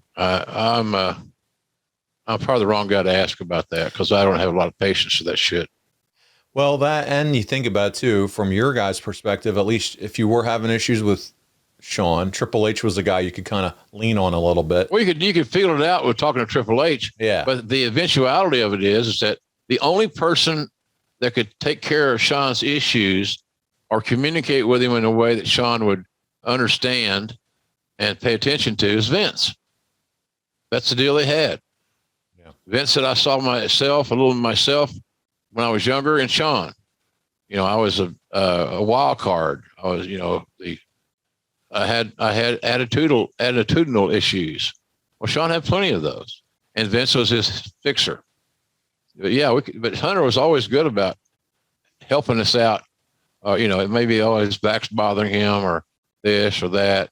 I don't know, but you just look for wherever you look for any solution to the issue that you can. And sometimes going through a notary public, so to speak, was a way to get it done, Paul. Yeah. JR, up next, Michael Gavin Ali, a.k.a. Badman, says, did the pairing with Shawn Michaels, who's best friend with Triple H, help him to become the best heel in the business? Well, it didn't hurt. Certainly didn't hurt. The more time you can spend with Shawn Michaels, who, look, until we started talking about this, Shawn Michaels is ranked as a number 1 or number 2 worker in the business behind Ric Flair. And that's another topic for another day, certainly. But the more time you can spend around Shawn Michaels and his in-ring bell-to-bell game, the better off you are. The better off. And I will say reciprocally that being with Triple H was a boost to Shawn. And I believe that to be true. Puss Bucket is up next. I think it's called Puss Bucket. Oh, okay. Puss Bucket? Yeah. Yeah. It's going to be Puss Bucket. Who you can tweet at @Puss_Bucket. There you go. And you can talk to him directly. That's what you should do. Blow him up. There you go, everybody. After the blowback from the curtain call, did you notice any positive changes Hunter made to improve his standing in the company that reinforced the company's plans to get his push started? He just kept his head down and kept working. There's no politically underscore conspiracy theory. Dirt. I need more dirt on the show. But no. He just kept his head down and kept working. We all want to get past that, to go back and relive and talk and dirt and then this, da-da-da. What did Wade Keller say? What did Dave Meltzer say? I don't know. They don't give a shit. They can say whatever they want. It doesn't matter to me. And it shouldn't matter to anybody else but them, because they're doing this for a living. But he just kept his head down and kept working. And it all worked out just like we all thought it would. Everybody wanted to move on from that moment. It wasn't a flattering moment in pro wrestling history. JR, Over the Line podcast is up next. Who do you think had the better feud, Undertaker and Mankind or Triple H and Mankind? Hard to say. They both were great. Yeah, hard to answer that one. But I thought that Taker was already a made man when he worked with Mick. Triple H wasn't totally made. I think Mick really helped him. Michael Cohen's up next. He said, did Jim know that during this time period, Hunter just had the it factor? Also, does Jim still keep in contact with Hunter in 2022? Well, obviously, we're both on opposite sides of the fence. And that's about the only reason we don't keep in touch. No other reason. I certainly don't have nothing to be angry with him about. So I don't know. This is funny. I'm talking to you, and my phone is printing on my words. So somehow, what's her name? Maybe it heard you say Siri or something. Yeah. Don't worry about it. I can hear. Now she said, "Don't worry about it." I don't want to talk to you, bitch.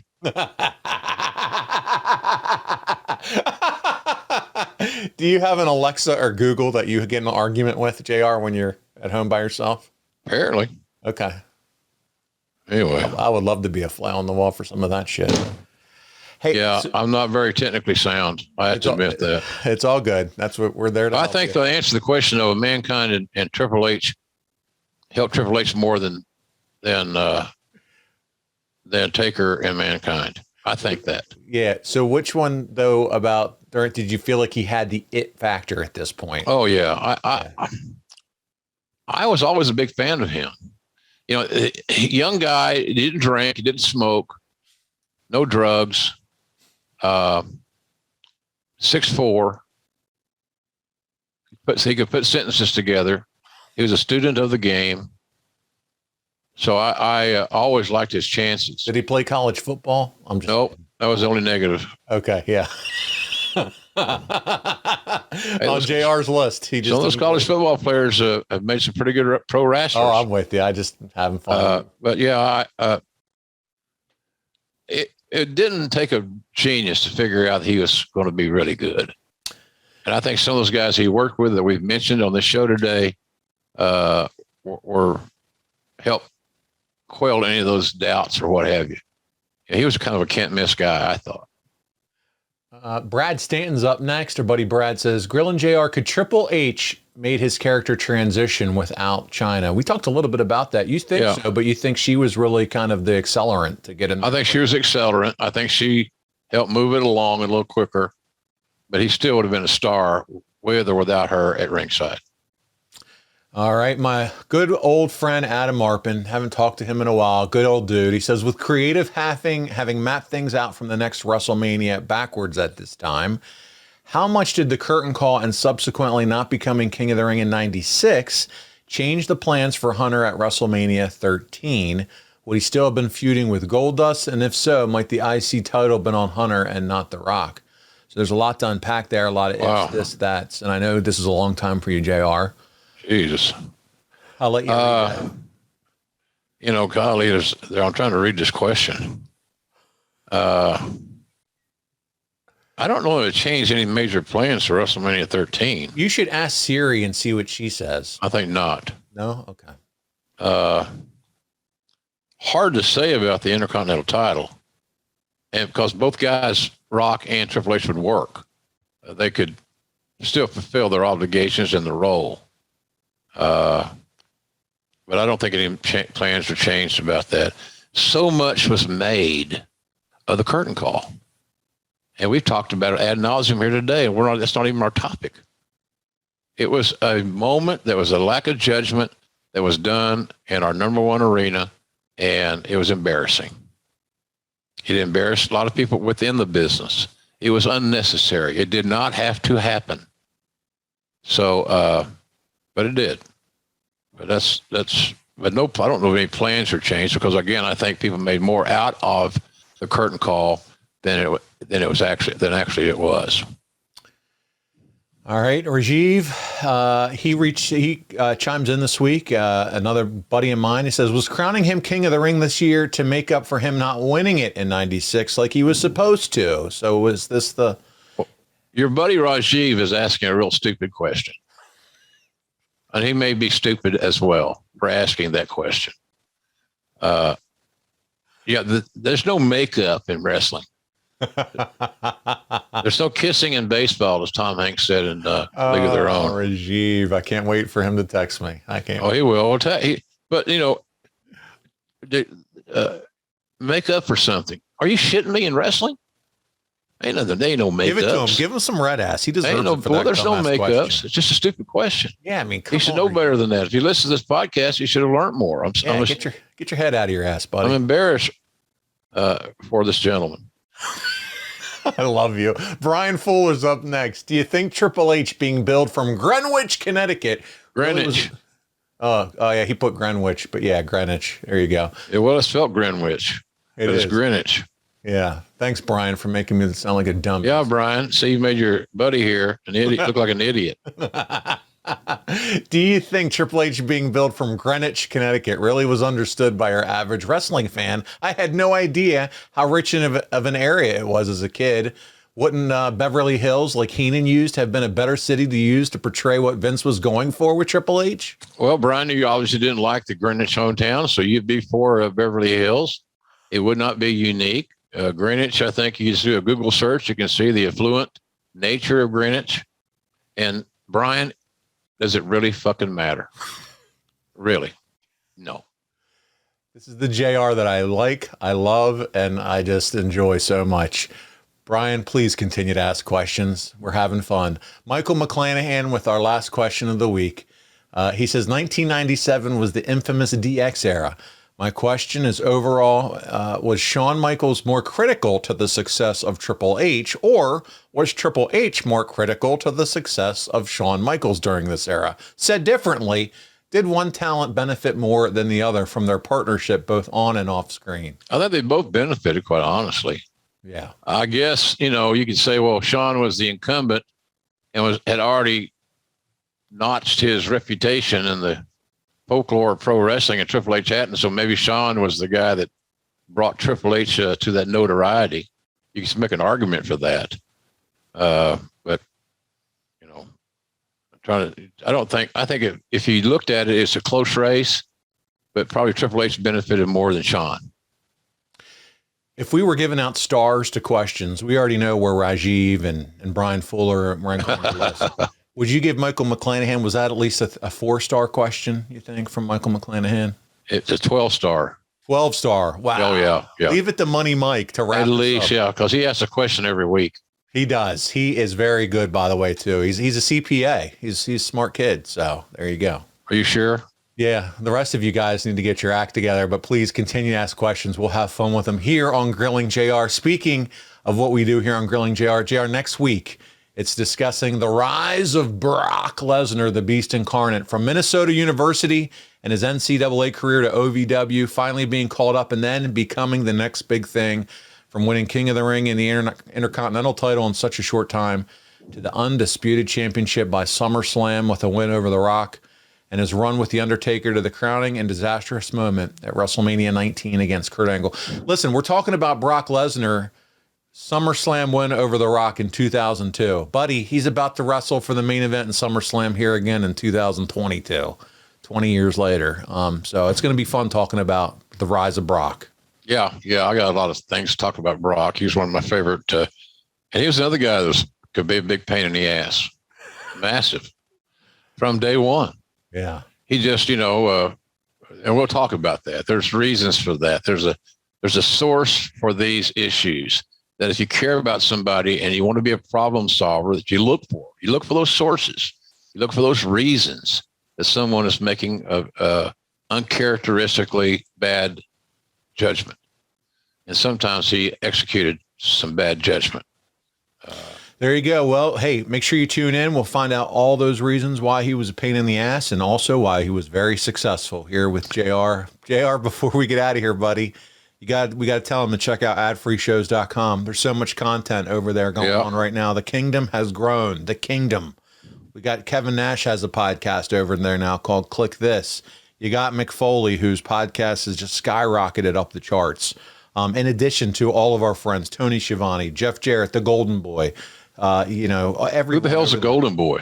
Jeff Jarrett, the Golden. Get out of here. Come on now. The Golden Boy.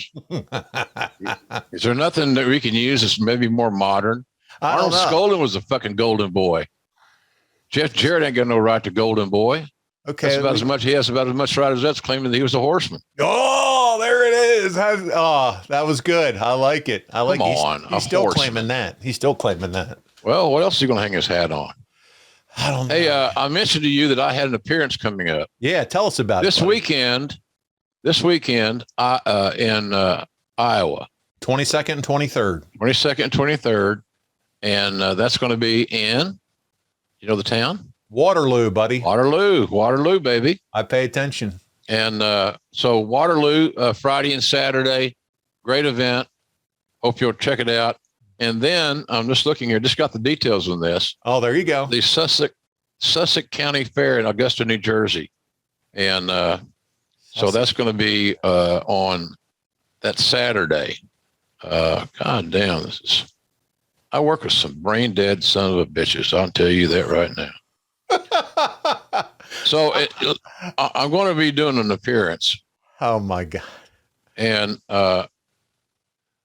You know, this is one of those deals where you ask your booking agent a question and they tell you how to make the watch instead of what time it is. Oh my God.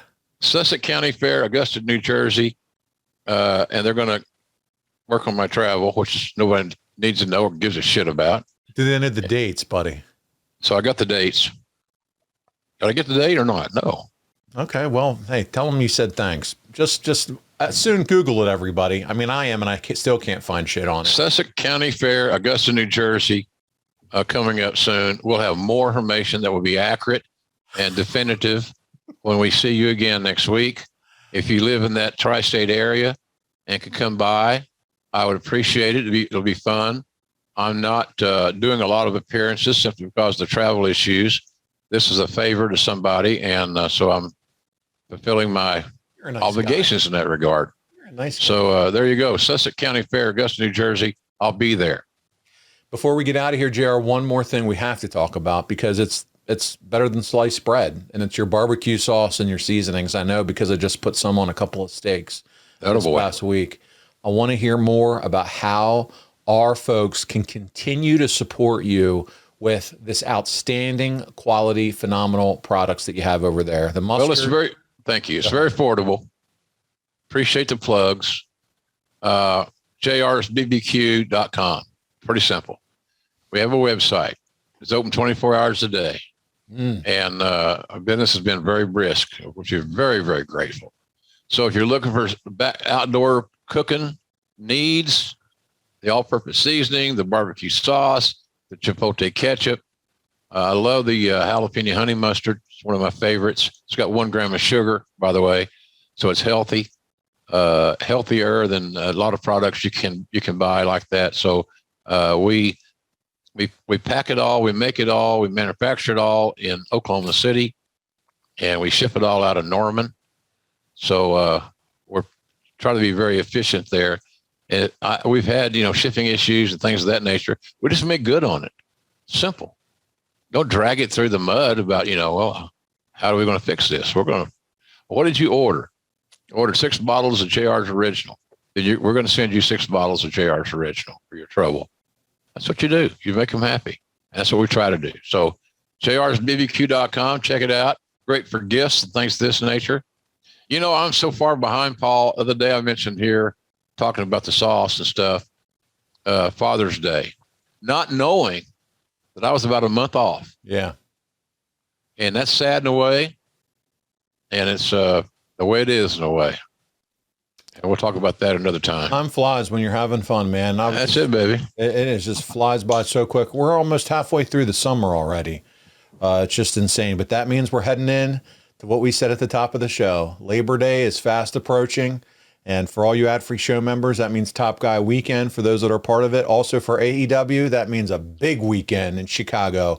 Yours truly is going to be there to be a part of it, JR. I'm looking forward to seeing you. You're in the main event, aren't you? I am. You're going to go over on me. Not me. Maybe Shivani might want to. How about Britt Baker?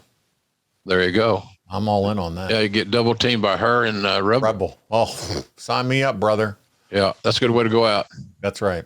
Not a better good way to go out. So, but anyway, fun show today. I'm glad you were available. Conrad, God bless him, is putting his show together, StarCast. It gets bigger and bigger every day. I followed on Twitter. It's amazing. There's always something going on. There's always something being added.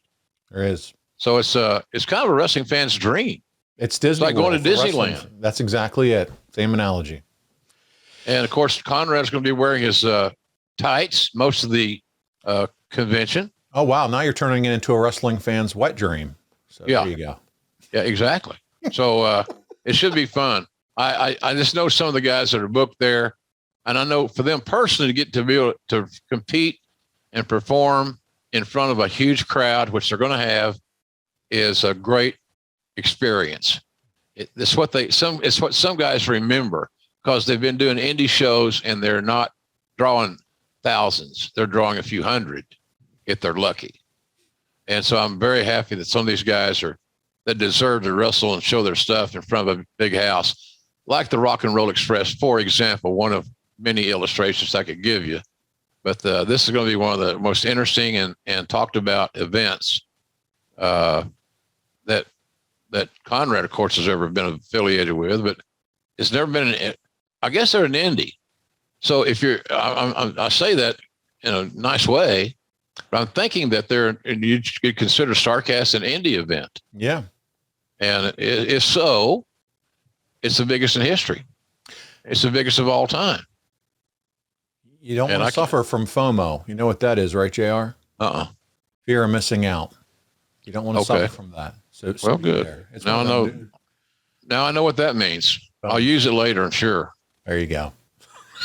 I roll for all those just listening. I love working with you, JR. Always so much fun. We had fun talking Triple H today. We'll have fun. Yeah. He's the real deal, Paul.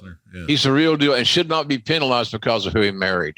There you go. And a lot of the angst that is directed toward him is for one of the lamest reasons of all time. Well, he married the boss's daughter. You got to be kidding me.